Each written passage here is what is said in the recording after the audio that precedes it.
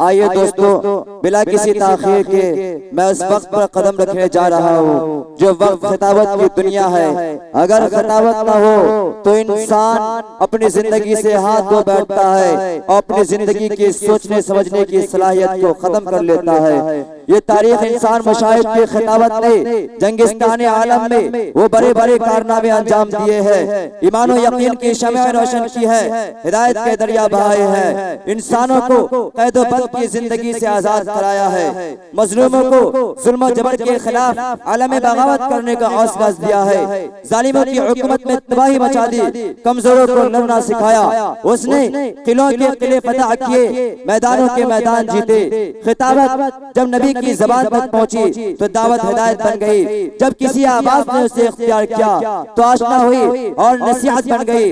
जब किसी मुजाहिद ने उसे अपनाया तो नारा इनकलाब बन गई। अलगज़ खिताबत ने हर जमाने के अंदर अलग अलग रंग रूप में अपना जौहर दिखलाया है। खिताबत वजद में आए तो फिर हथियार बन जाए, खिताबत वजद में आए तो फिर हथियार बन जाए, कभी खंजर कभी नेज़ा कभी तलवार बन जाए।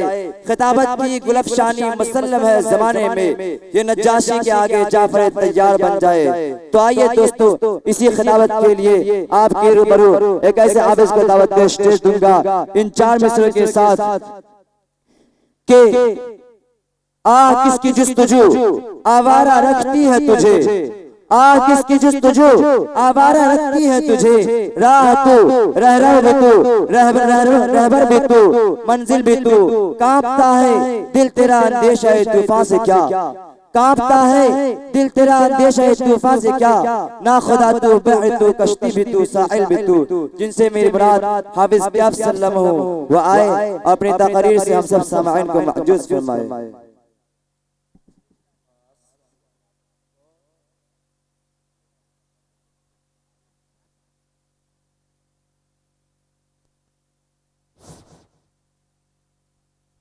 अस्सलामु अलैकुम व रहमतुल्लाहि व बरकातुहू।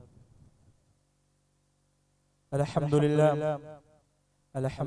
नहमदुहु व नस्तईनुहु व नस्तगफिरुहु व नु'मिनु बिही व नतवक्कलु अलैहि व नऊज़ु बिल्लाहि मिन शुरूरि अनफुसिना व मिन सय्यिआति अअमालिना।